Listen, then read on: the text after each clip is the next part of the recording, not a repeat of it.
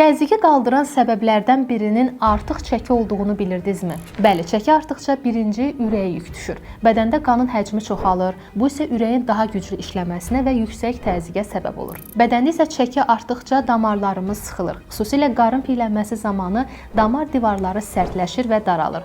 Daralmış damarlar yüksək təzyiq deməkdir. Piy kütləsi artdıqca bədəndə hormonal mexanizmlər pozulur. İnsulin müqaviməti yaranır və bədənimiz maye toplamağa başlayır. Bu da ki, təzyiqi qaldırır. Ümumdünya Səhiyyə Təşkilatı bildirir ki, bədən çəkisinin 5-10% azalması belə qan təzyiqini əhəmiyyətli dərəcədə azalda bilər. Yəni sözün qısası, yüksək təzyiq artıq çəki ilə bağlı yaranıbsa, siz mütləq şəkildə arıqlamalısınız. Lakin arıqlamaq istəyir və bunu edə bilmirsinizsə, alfa-xorom sizə yardımcı olacaq. Alfa-xorom bildirim ki, dərman deyil, qida əlavəsidir. Tərkibində alfa-lipoid turşusu və xrom maddəsi var. Bu maddələr ilk növbədə aclıq hissini, yəni şəkərə, şirniyyata və çörəyə olan meylliliyi azaldır. Yəni iştahı kəsərək sizin rahat şəkildə arıqlamağınıza yardımcı olur. Alfa-xorom qanda xolesterinin çoxalmasının qarşısını alır. Ürək-damar xəstəliklərinin inkişafı riskini azaldır.